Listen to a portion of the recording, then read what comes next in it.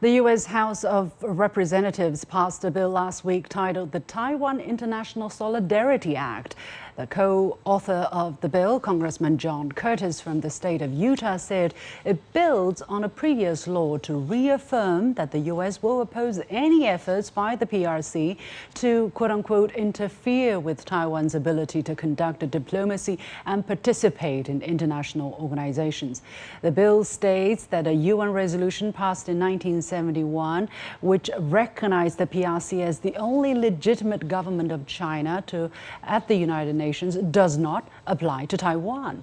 In an editorial piece, China's official newspaper China Daily warns that the U.S. is attempting to, quote-unquote, remove the cornerstone of the One China principle by seeking to reinterpret the resolution numbered 2758. Who is John Curtis? How is it possible for the U.S. Congress to pass a domestic law concerning the legal status of a part of another sovereign country? Should this trigger other countries to start taking similar steps concerning the U.S.? I'm pleased to be joined by Zhao once again, Director of International Political Studies at the National Institute for Global Strategy, and from Bangkok, Thailand, by Brian Berletic, former U.S. Marine and geopolitical analyst. Gentlemen, welcome to The Point. So let's read a little bit from the resolution 2758, if people do not know it better.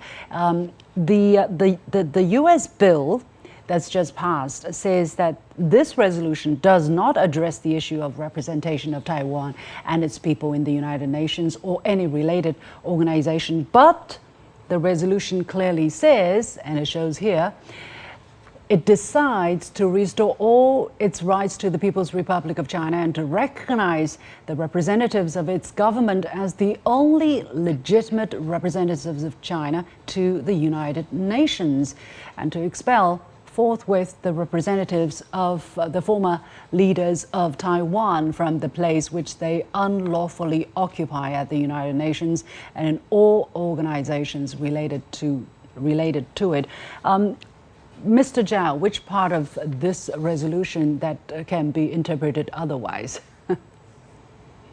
Well, nothing. Actually, the resolution 2758 is very clear. It's about the representation of China in the United Nations. And that is very clear. That does not cover any sovereignty issue, whether or not Taiwan belongs to the bigger part of China. Actually, prior to the vote, there are other votes on this issue. There are other proposals putting Taiwan separate from China, and they're all voted down. So it's very clear that this vote alone shows that Taiwan is absolutely under the sovereignty of China, and there's no other interpretation should exist. Globally, I think the international community understand this very clearly. So the only question here is whether or not those voted for this bill, the American politicians who are really ignorant about history, about America's own foreign policy, or they have other intentions, they have other agenda behind it, and it's very clear it's the second. Mr. Berletic, do you think these Congress people or those who voted to pass this law ever read the resolution? The resolution is very short, by the way. That sentence that I read is about it.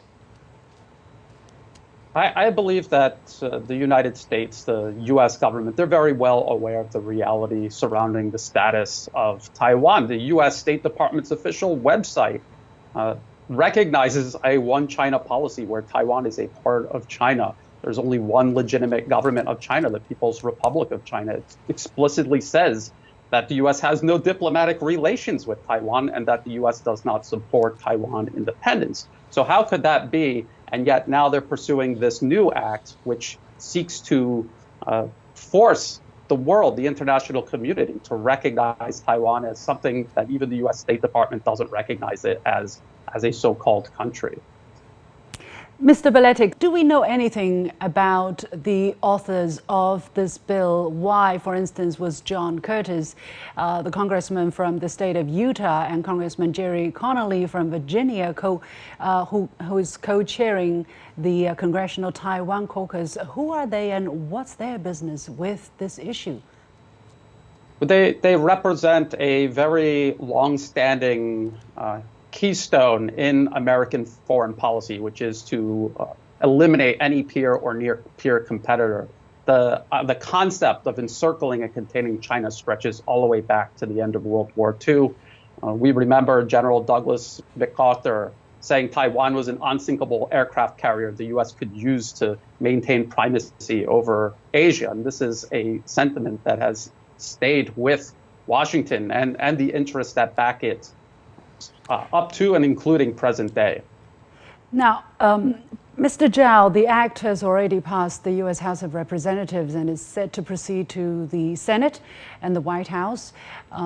President Biden may sign it into law, may not. What's the likelihood? Is it ever going to be law? If so, how damaging will it be?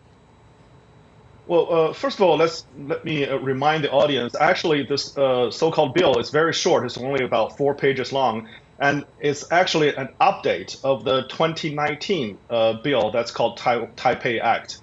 The update is actually trying to reinforce the idea that Taiwan is somehow has this semi-sovereign status. Therefore, it's qualified to participate in international organizations like the World Health Organization or International Aviation Organization or Interpol.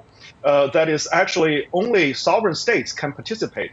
And the reason for that, of course, they wanted to, make a breakthrough so that in the future they can incrementally put Taiwan on the trajectory to become an independent state. And that is the work of a pro-Taiwan independent forces in the United States. And their major effort is in the U.S. Congress supporting the so-called Taiwan caucuses, which is the largest caucus in the United States. So again, I think in the Congress, because right now House is controlled by the Republicans, that's why it passed this bill. But in the Senate, it's very difficult. And even if passed the Congress, it's very difficult again for the U.S. president to approve of that point because that's directly in contradiction with the current U.S. governmental stance.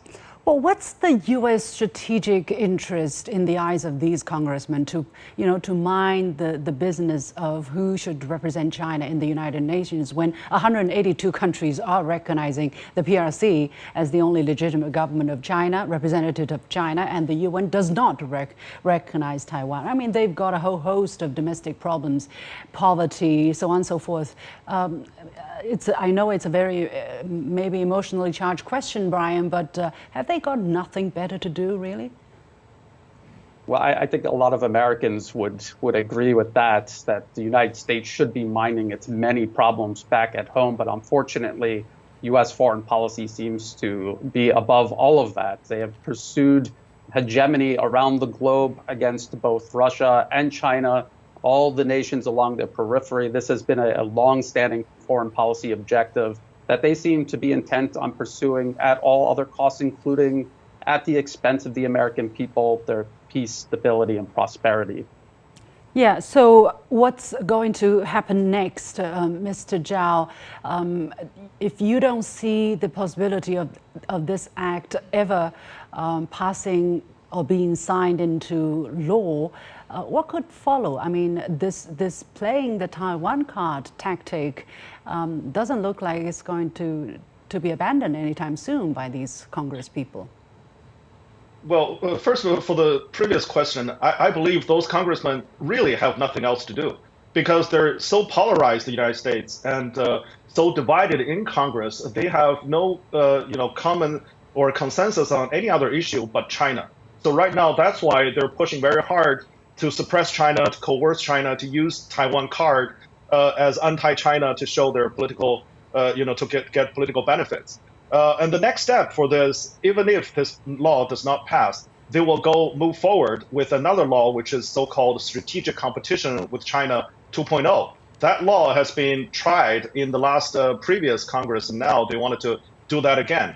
So I don't think they will give up this opportunity to continue to pursue the China issue because, again, this is the only thing they can agree upon. Well, from a theoretical point of view, Brian, if the U.S. Congress can enact a domestic law to mind other people's internal business, does that sound strange to me? Because that sounds very far-fetched to me. If everybody starts doing that, the world is going to be a mess. I mean, China can enact a law about, I don't know, Nebraska or California.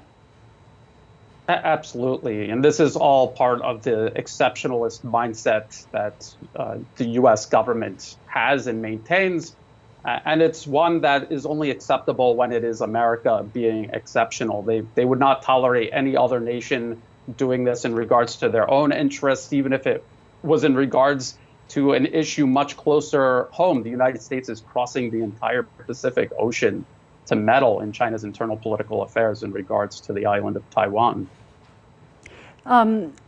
Another question, however, when it comes to the benefit and well-being of people in Taiwan, the question is, some people are saying, when you deny them membership of the United Nations, for instance, the World Health Organization, you may deny also their right to receive good health care. Mr. Zhao, under the current arrangement, is it possible? I mean, are their rights to access the public goods offered by these organizations being denied when they are not accepted as a sovereign member state?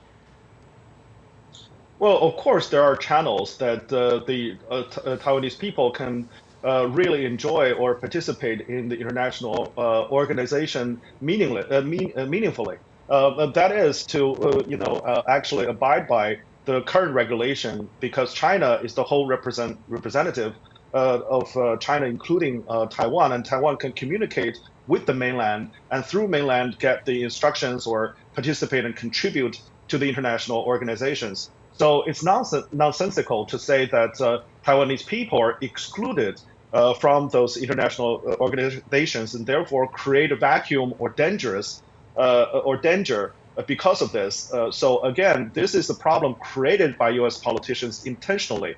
Those other things can be resolved easily through dialogues. And the other thing is, of course, the current Taiwan local leadership is trying to use this opportunity to, again, advocate for Taiwan independence. And they're using and buying out American politicians to serve their purpose. And there's a joke, of course, around saying why the law is passed at this time, because it's about summertime and those congressmen need a vacation in Taiwan. Well, that's quite pathetic if it is true. Anyway, we have to leave it there. We've spent enough time on this nonsensical bill. Many thanks to Zhao Hai, Director of International Political Studies at the National Institute for Global Strategy, and Brian Berletic, a former U.S. Marine and geopolitical analyst. With that, we come to the end of this special edition of The Point with me, Liu Xin, coming to you from Beijing. As always, you can follow me on Facebook and Twitter using the handle Liu Xin in Beijing. Thanks for watching. You've got The Point.